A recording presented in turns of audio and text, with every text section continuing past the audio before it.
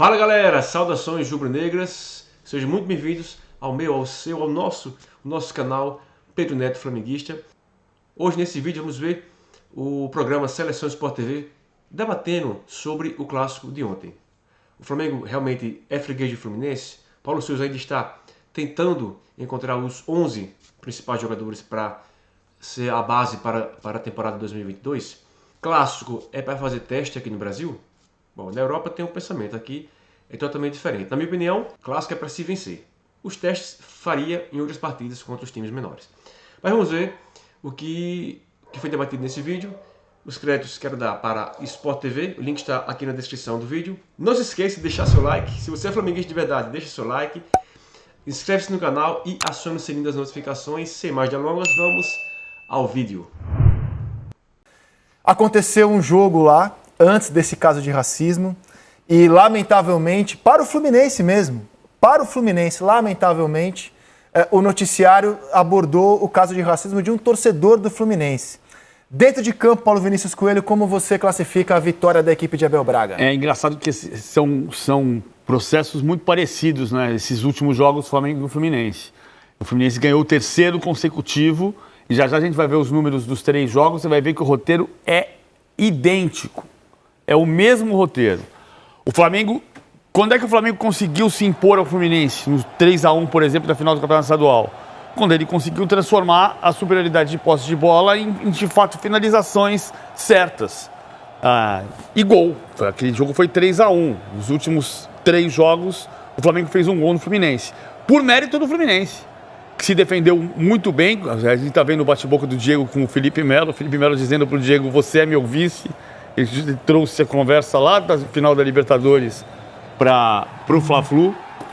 Não houve o pênalti. O Alexandre Tavares teve uma atuação tétrica, mas o VAR o salvou. Tétrica, não técnica, né? Você disse tétrica, né? O Luiz Roberto lembrou que no Campeonato do Estado do Rio tem técnico de arbitragem, então tem que trazer técnico estrangeiro. Porque o técnico carioca não está dando certo, não. A arbitragem foi ruim. O Fluminense mudou o sistema no decorrer do jogo. O Felipe Melo sai de líbero para a função de volante. O Abel tem gostado de fazer essa variação. PVC? Sim. Antes da gente entrar na questão tática, que é bem legal também, eu acho que vale até para a temporada, acho que as imagens que a gente está acompanhando, elas retratam o jogo como um todo. Eu gostaria então só de pontuar essa questão do jogo, se você me permite, para a gente falar um pouco da questão tática, de nuances importantes que envolvem o próprio Felipe Melo, seu gol anulado depois pelo VAR do Gabriel Barbosa, do Gabigol, e ele está realmente impedido. Depois do toque do Léo Pereira, ele está à frente da linha da bola, está em condição de impedimento, sim. Demorou um tempão, que foi lamentável. O Alexandre Tavares teve uma arbitragem terrível, das piores da história do Fla-Flu. Mas é que a gente está ainda com os lances em curso. Olha, gente, é o retrato do que foi o jogo. O jogo de futebol, ele é muito mais do que tática e técnica. E no caso de rivalidades, aí o gol do Arias, né, que tem uma falha do Isla, que entrou no lugar do Rodinei ali na tentativa de impedir o movimento de cabeceio, embora ele estivesse marcando por dentro. Acho que era o Martinelli, um outro jogador do Fluminense que estava ali se posicionando, e a expulsão do Vitinho depois, e aí o Max Felipe faz defesas espetaculares no jogo. Essa é uma delas, e ainda vai ter mais uma daqui a pouco, né, na cabeçada do Lázaro, a queima-roupa que ele evita. Agora o gol de empate do Flamengo no finzinho, mesmo depois do 1-0, o Flamengo criou algumas oportunidades. Mas para dizer que o jogo, só assim, se vocês me permitem, né, pra gente falar de tática, etc., eu acho que o jogo é muito mais. Um jogo de rivalidade, um clássico como o Fla-Flu, ele é muito mais do que só uma questão técnica-tática. E o Fluminense começa a ter a chance de ganhar o jogo quando ele implementa um jogo emocional. Que no caso do Flamengo, na minha opinião, com todo respeito a jogadores experimentados, caras que têm minha admiração, como é o caso do Diego, do menino Andreas Pereira, eles entraram na pilha do Felipe Melo e do Fred de uma forma desnecessária. O Felipe Melo e o Fred, eles são mais calculistas nesse aspecto. Então, com a marcação do pênalti, essa coisa toda, você é meu vice e tal, que rolou do Felipe Melo, o Felipe Melo e o Fred, se a gente botar as imagens de novo aí, é só dar o play aí, Miguel, que é o primeiro lance do jogo. É a defesa espetacular do Marcos Felipe no chute do Gabigol, né? Na jogada que o Andrés Pereira dá o passe para ele, depois vem o pênalti. E aí o Fluminense começa a ganhar um jogo no emocional. O Felipe Melo enquadra todo mundo, inclusive o juiz do jogo. E o Fred também. Eu lembro que os lances capitais, o VAR salvou o juiz de campo. Salvou a arbitragem. Ok, só que numa demora insuportável. Isso é uma outra discussão. Então, me perguntaram o seguinte, quem foi o melhor em campo? Foi o Felipe Melo. O Marcos Felipe jogou muito, o Nino jogou muito. Sim, jogaram muito mesmo, é verdade. André. Mas o Felipe Melo ditou o componente. Sim, é verdade, o André fez um partidaço, né, jogando à frente da linha de 3 do Fluminense, que a gente vai falar na sequência, e o Iago Felipe também, enfim. Mas o componente emocional gritou muito mais alto que qualquer outra coisa. Não teve jogo assim, né? O jogo foi muito truncado pelas brigas. Você viu lá o Gustavo Henrique com o Fred, uma garra no pescoço e tal. E o juiz, que foi, como diria Caio Ribeiro, um bananão desde o começo, com todo respeito, Alexandre Tavares. Primeiro você é um bananão, quer dizer, ele tinha que ter tomado uma providência na hora do pênalti ali. Primeiro ele não tinha que ter conversado com ninguém.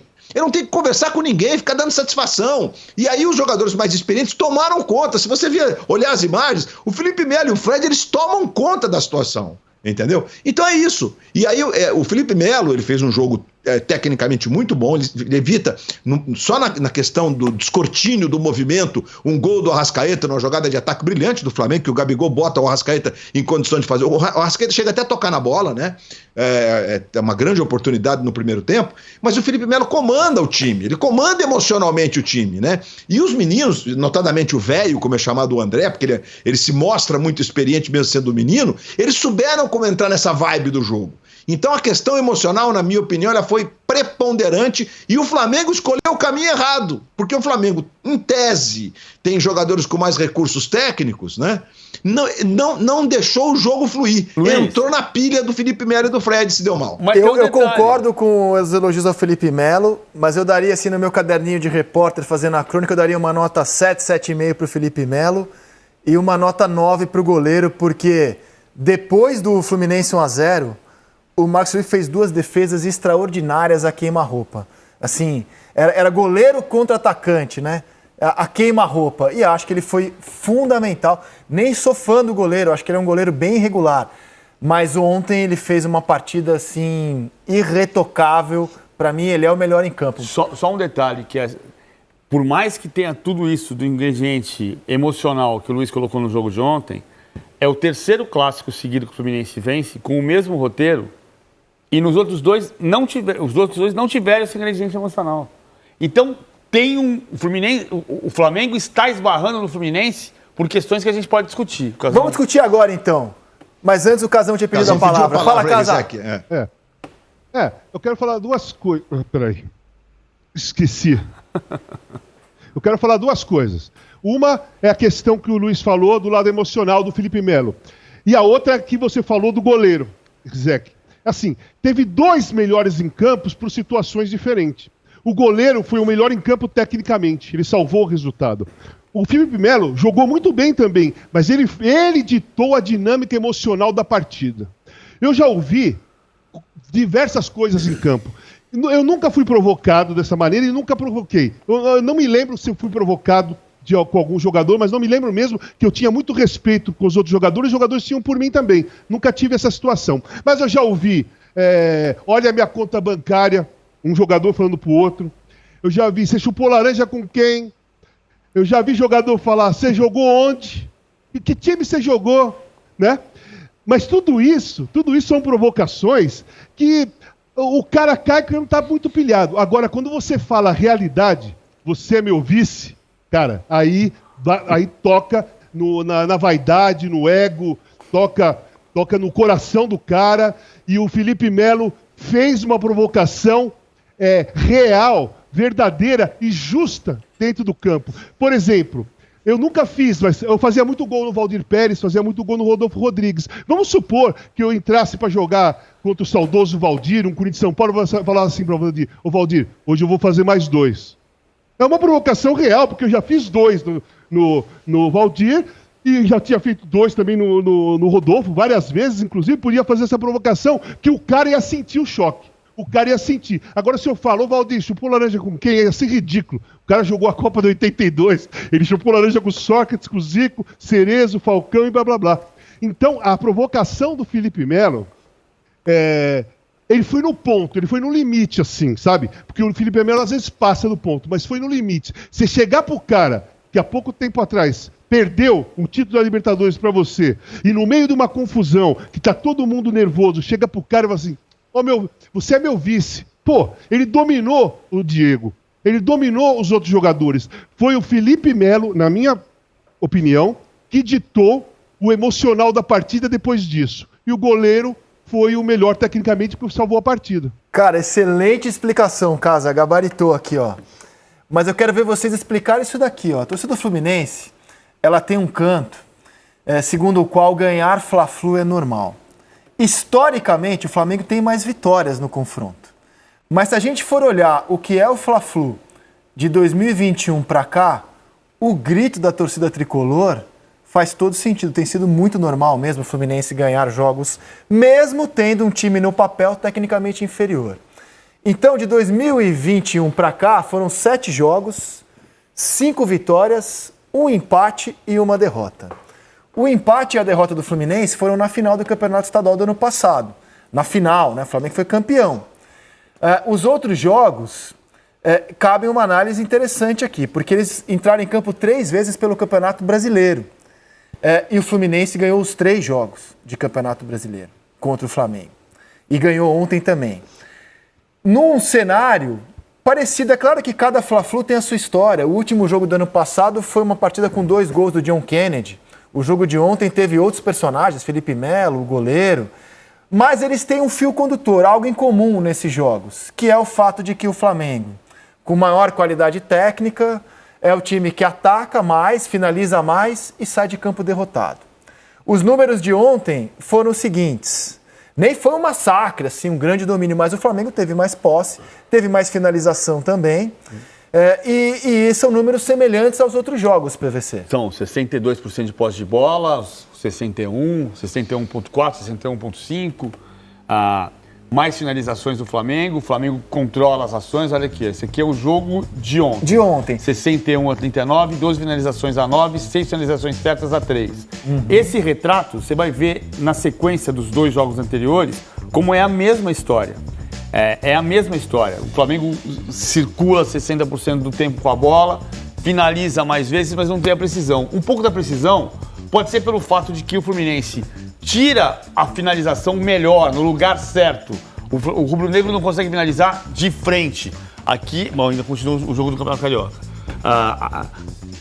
Se você marca de uma maneira que o Gabigol não consiga chegar frente a frente com o Marcos Felipe, ele não vai finalizar. Agora... A gente está usando as imagens dos jogos de Campeonato Brasileiro do ano passado, em que o Flamengo teve até esse é o números André, mais impressionantes. Mas 62 e 65% de posse de bola. Sempre mais finalizações. Embora tenha tido sempre mais finalizações e sempre mais finalizações certas. E apesar de eu estar dizendo isso aqui, que o Fluminense consegue evitar a finalização no lugar exato, o Lázaro, por exemplo, finalizou frente a frente com o Marcos Felipe. Né? E o Gabigol fez o gol contra o Marcos Felipe. Só que ele estava um milimésimo na frente e estava impedido. Então, também não é verdade que o Flamengo não esteja conseguindo finalizar. Mas o Fluminense dificulta muito na marcação o jogo do Flamengo. E a gente pode discutir o sistema do Paulo Souza também, que é bom, mas é complexo.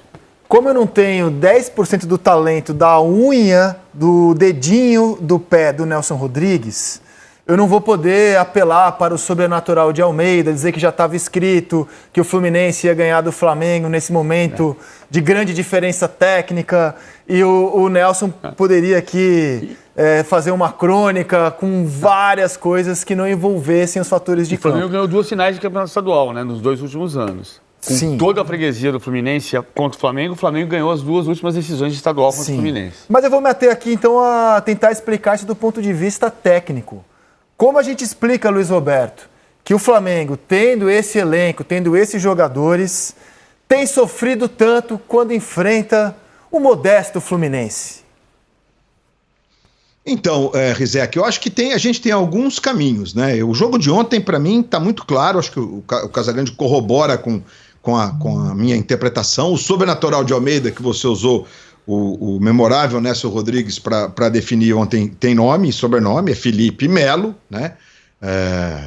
Claramente, ele ditou o emocional do jogo e, a meu ver, de uma forma até talvez mais consciente do que normalmente ele faz, porque também, como disse o Casagrande, o Felipe Melo pode passar do ponto. Basta a gente lembrar da Copa de 2010 no Brasil e Holanda, né? Que o Brasil foi desclassificado para a Holanda e o Felipe foi expulso naquele jogo.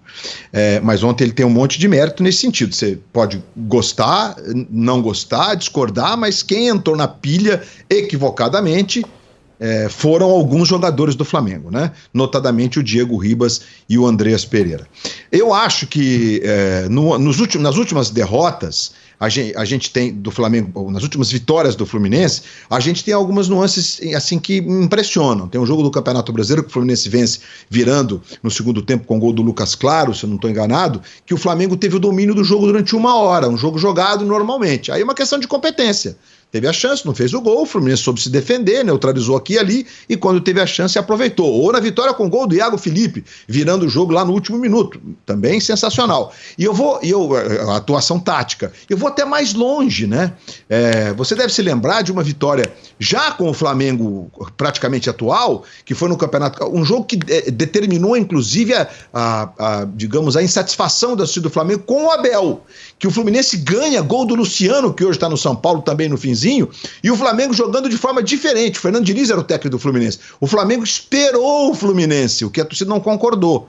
Foi uma tática, foi uma escolha do Abelão. Então é uma sequência também que tem muito mérito do Fluminense. Ontem, no caso de ontem, tem essa questão emocional, ela foi muito maior do que qualquer ação que o Fluminense tenha tido, especialmente do ponto de vista criação e ofensividade, né? E o jogo foi muito truncado. O juiz foi muito mal, enfim, o comportamento dos jogadores estava fora do padrão de um comportamento de um futebol de alto nível, em se tratando de um Fla-Flu. Então acho que há explicação, tanto do ponto de vista tático-técnico em alguns momentos, como no caso de ontem, na questão que o Fluminense realmente impôs o seu emocional para vencer o jogo. Teve raríssimas oportunidades, uma no primeiro tempo lá com o William e tal, e depois o gol do Arias, numa falha até coletiva da defesa do Flamengo, notadamente na disposição de Gustavo e Isla, que não conseguiu marcar corretamente o John Arias, que fez o gol de cabeça. E o Hugo falhou e tal, mas não adianta centrar no Hugo, né, que ele podia ter espalmado a bola, o jogo teria terminado provavelmente 0-0.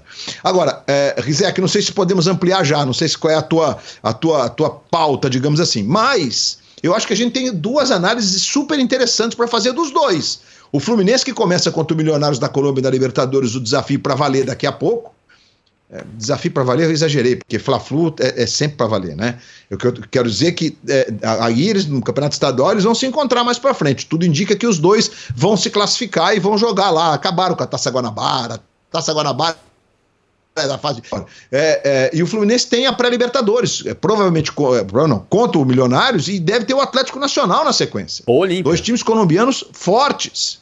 Ou o Olímpia, que é um tricampeão da Libertadores. Então, imagine que o Fluminense, você pode imaginar que o Fluminense vai ter que jogar muita bola. Então o Fluminense tem uma escolha de time. Ontem, como o mandante foi o Flamengo, a gente está começando pelo Flamengo, que começou ali com uma linha de 3, né, com o Gustavo, o Léo e o Felipe Luiz, na saída de bola. Muitas vezes, quando o time ia se defender já com a posse de bola do adversário, se formava uma linha de 4 atrás. A mudança mais importante foi o Everton Ribeiro virar um ala pela esquerda, onde ele não se mostrou confortável. A profundidade do lado esquerdo não foi feita pelo Everton, sim pelo Andreas, nas jogadas do primeiro tempo, quando o time foi melhor. Você está vendo o time que começou o jogo, né? Isso do ponto de vista de time que começa com a bola, da construção do jogo, que está com a bola, exatamente, com o Arão, o Andrés, o Rodinei e o Everton Ribeiro, e lá na frente o Diego, que ocupou muito aquele espaço, Arrascaeta e Gabigol fazendo uma dupla, e o Arrascaeta com a responsabilidade de estar sempre ele buscando, agredindo o espaço de acordo com o lado que o time escolhia para atacar. No primeiro tempo, notadamente mais o lado esquerdo, onde inclusive acontece a grande chance do Gabigol com 3 minutos, que o Marcos Felipe faz uma defesa tão importante quanto as duas últimas. Ele realmente fez defesas decisivas.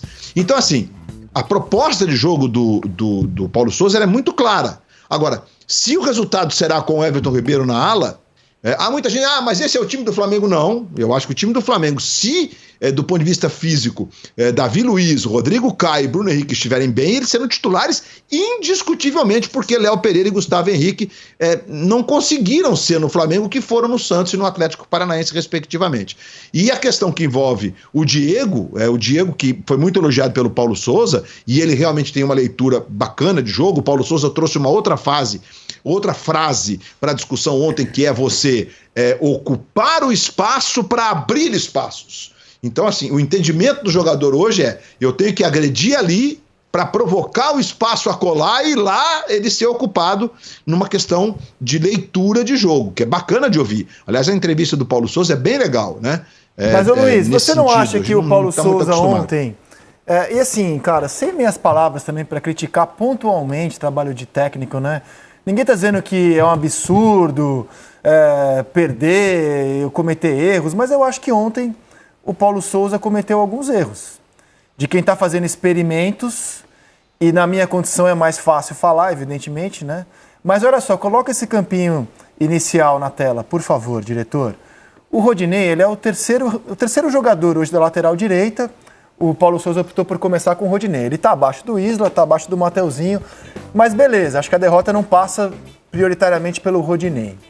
O Everton Ribeiro, por mais que a ideia pareça boa na cabeça do técnico, não consigo enxergar o Everton Ribeiro fazendo a temporada ali. Sinceramente, acho que quando o Bruno Henrique voltava a jogar o Bruno Henrique ali. E o Diego, que ontem jogou ali pela direita mais ofensivamente, já há algum tempo o Diego vem dando mostras de que ele não é mais esse jogador que consegue atuar ofensivamente ali de forma agressiva, né? Desde que ele foi recuado ali para a posição de volante, acho que dificilmente se cogita o Diego atuando ali mais ofensivamente.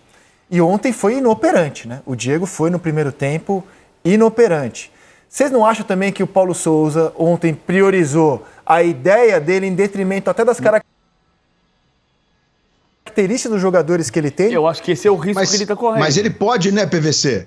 Mas você não acha que ele também conversou com os caras, né? Os caras concordaram, você concorda? Sim, mas eu falei isso na sexta-feira. Imagina o seguinte, você não vai botar o Everton Ribeiro de ala sem conversar com o Everton Ribeiro. O Everton Ribeiro é um jogador consagrado. Conversar tudo bem, mas quem é que rende mais ali na função do Diego? É o Marinho ou é o Diego, né? Eu acho que ele pensou muito na ideia dele e talvez menos na característica dos jogadores que ele colocou no ano em campo. passado a gente discutiu o Renato Augusto de centroavante. Você vai contar o Renato Augusto de centroavante para fazer o pivô, a ideia pode ser boa. O Renato Augusto certamente concordou, só que não dá certo. Porque a característica dele é outra. Então, assim, o Everton Ribeiro já jogou assim. Só que o sucesso da carreira do Everton Ribeiro foi como um ponta de... do lado jogou assim há muitos anos, em 2007. Ele foi rebaixado no Corinthians jogando assim. 2007, há muitos anos. E ele começou a carreira como lateral esquerdo, como ala esquerda, ele brilhou no Cruzeiro e no Flamengo, da direita para dentro. Então, o risco que... Eu vou voltar a dizer... Na sexta-feira eu falei exatamente essa frase, vou falar aqui de novo. O risco do Paulo Souza, que é um luxo tê-lo aqui no futebol brasileiro, o risco... a gente daqui a pouco tá vendo ele usar o jogador a serviço do seu sistema e não o sistema a serviço da característica do jogador. Então isso ele vai ter que adaptar. Como o Jorge Jesus fez. O Jorge Jesus não escalou o Rafinha de ponta direita e falou assim, acho que eu fiz uma bobagem. No jogo seguinte não fez mais. Sim. E não falamos aqui também da diferença dos goleiros, né? A gente só elogiou o Marcos Felipe, mas não falamos também de uma bola absolutamente defensável, a que entrou no gol do Flamengo. Sim. Então, ontem também, os goleiros fizeram muita diferença no jogo. O goleiro decide o jogo, né? O goleiro decidiu o jogo ontem no Newton Santos. Fala, Casa! Então, nessa questão de... Peraí, tô confundindo aqui meu... Tô te ouvindo bem, Casa, tô te ouvindo bem. Aqui eu tenho dúvida. Nessa questão de concordar com o treinador, quando ele pede para você fazer uma outra função, na maioria das vezes, gente, é o seguinte, não é concordar, é aceitar. Porque dificilmente o jogador chega para o treinador e fala assim, não, essa função eu não vou fazer, eu não tenho essa característica. É muito difícil acontecer. Vou contar uma historinha rápida. Quando eu estava no Torino, nós jogamos com o Bari, Copa Itália, no meio da semana. No domingo jogava com o Milan lá em Milão. E jogou eu, Silêncio, que era um outro centroavante alto e tal. Nós jogamos mal pra caramba. Só que ele era mais forte fisicamente. Aí no sábado, o treinador conversou com a gente, falou esquema e tal, e pediu pro Silêncio assim, ó, Silêncio, você pode marcar o Tassotti, quando o Tassotti descer, você pode fazer essa função na frente de todo mundo. Ah, beleza. E eu tinha ficado fora do jogo, da partida, eu ia pro banco. Aí, beleza, eu falei pro treinador assim, ó, tô indo pra minha casa, que hora que é a viagem? 5 da tarde, beleza, 5 da tarde eu tô aí.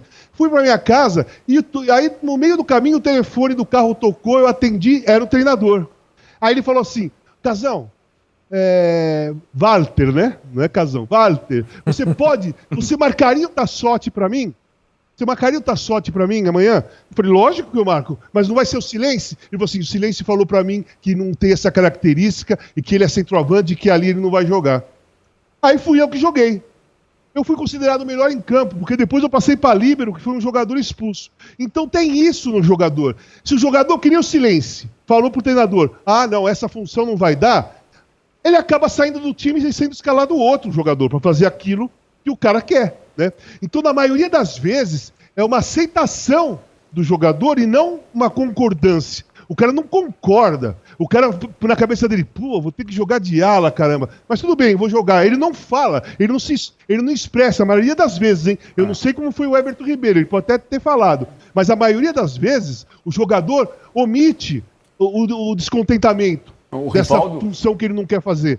O Rivaldo marcou você, né, Casão? Treinador bom, hein, Casão? O Rivaldo treinador bom, hein, Casão? Te convenceu e você foi o melhor em campo, hein? Treinador bom, o cara convenceu o Casão foi o melhor em campo. Mas, cara, eu era um cara que se o treinador falasse pra mim, você consegue fazer o volante? Fiz muitas vezes o volante lá no Torino. Eu vou jogar, eu topo jogar. Pra mim não tinha um descontentamento de mudar de posição, porque eu tinha aprendido a jogar em diversas posições. E eu ia e fazia a minha. Se eu estivesse jogando mal, o cara tirava e pronto. Mas eu ia fazer a minha. Mas a maioria dos jogadores, a grande maioria, topa por aceitação. E aquele que não topa, acontece que nem o Silêncio, que lá no Torino. Ele saiu da escalação e eu entrei. Entendeu? Então tem esse problema. Esse problema. O Luiz elogiou a entrevista do Paulo Souza na derrota de ontem. Vamos ouvir o que disse o técnico derrotado no Fla-Flu e depois a gente mergulha no Fluminense. Confuso não teve absolutamente nada, sobretudo nós tivemos um primeiro tempo com domínio total e com muita profundidade, seja pelos corredores laterais e corredor central. Tivemos logo desde o início uma construção extraordinária que deu a possibilidade do Gabi estar na cara do golo com um bom movimento, ou seja, sai, retira a marcação, nós estamos a construir entre o corredor central e esquerdo, com um passe a filtrar esse movimento, só faltou exatamente essa eficácia. Temos uma outra situação do Gabi, no 1 para 1 dentro da grande área, onde podemos ter uma boa oportunidade. Mais uma vez, essa profundidade existiu com um passe para o Arrasca do Gabi, para poder também fazer golo. Foi por milímetros e foi realmente uma capacidade que nós tivemos de podermos dominar o jogo.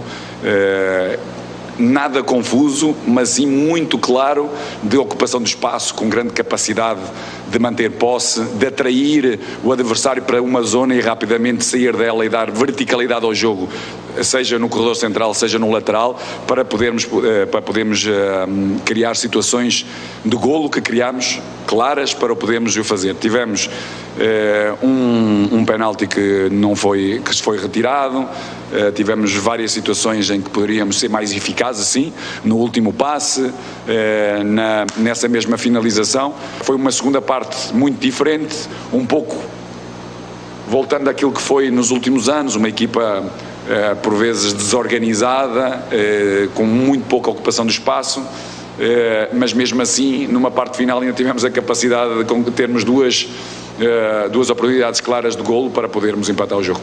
Muito bom. Penso que caiu ligeiramente nos últimos 5 minutos da primeira parte. Na segunda parte já teve algumas dificuldades, também estava condicionado pelo amarelo, e a sua mobilidade já não foi a mesma, e daí com o amarelo também a decisão por outro jogador. Mas interpretou muito bem os espaços, teve uma disponibilidade muito grande em termos de pressão alta, seja por dentro, seja por fora. Ele, o Arrasca e o Everton, extraordinariamente, a forma como eles se entenderam em relação à profundidade das linhas, as triangulações, a capacidade que geravam, atrair o adversário para criar espaços livres e daí poder dar velocidade ao jogo, como se criou nas situações, repito, da possibilidade do golo do Gabi, seja no movimento de ruptura, com esse último passe, seja na direita, o Gabi entrar por dentro e poder rematar, ou poder fazer o passe para o Arrasca. Por isso, eu penso que o Diego teve muito bem, caiu ligeiramente em termos físicos, já não foi tão...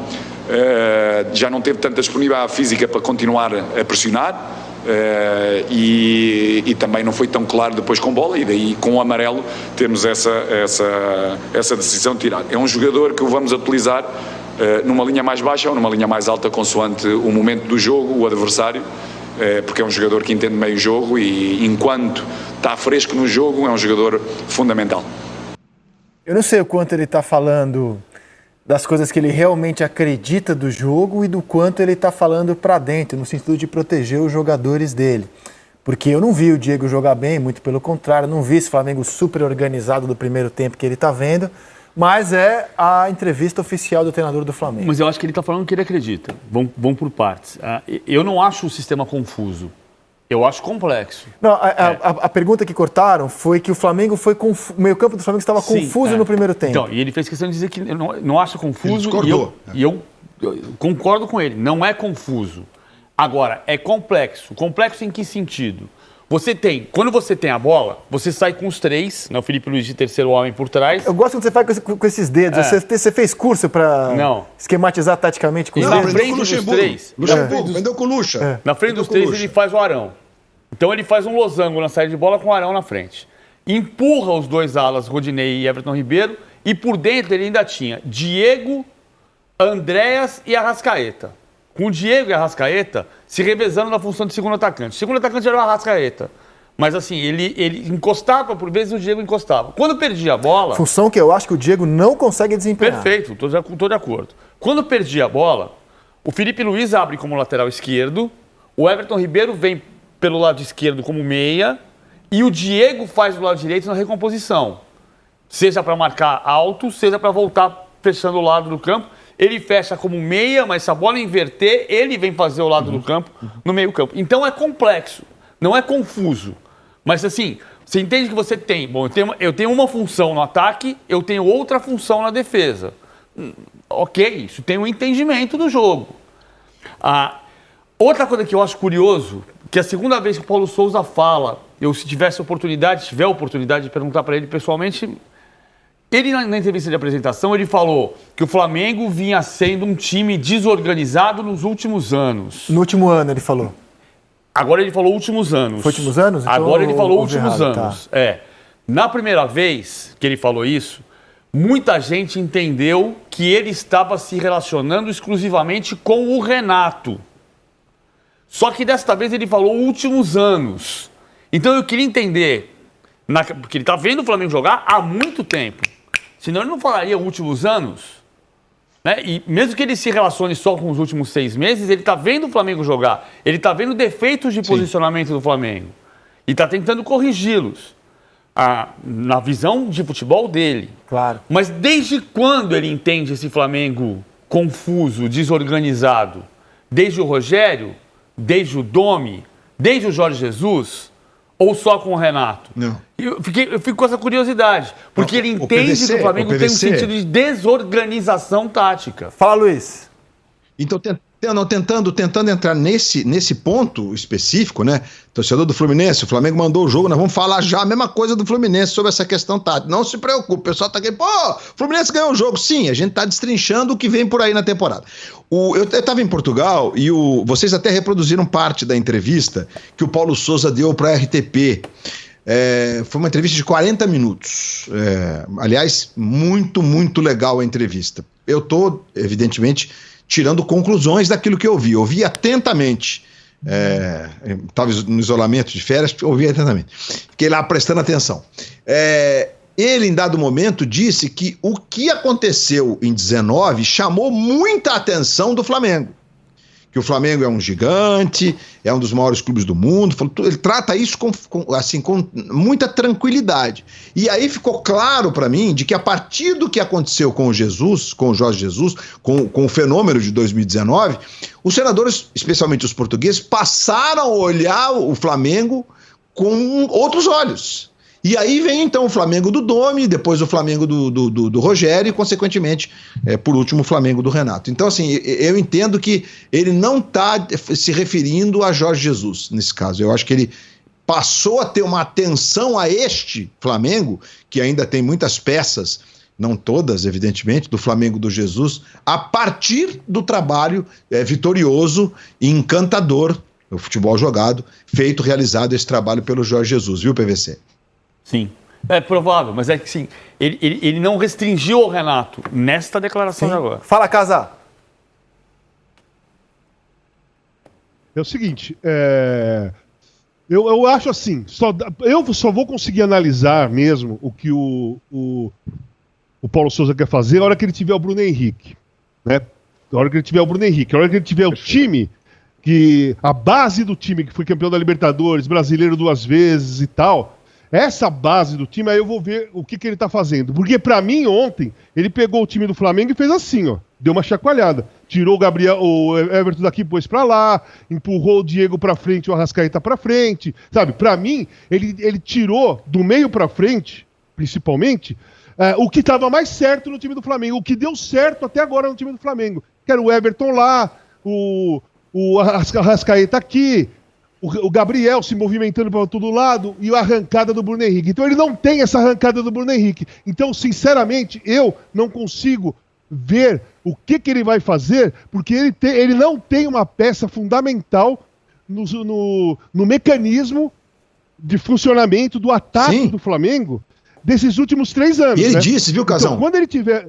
E ele disse na entrevista, não foi na edição, mas ele disse que o Bruno Henrique é o único capaz de dar a profundidade que ele busca e, ao mesmo tempo, de ocupar a área quando necessário com a qualidade que ele disse isso, disse que o Bruno é fundamental.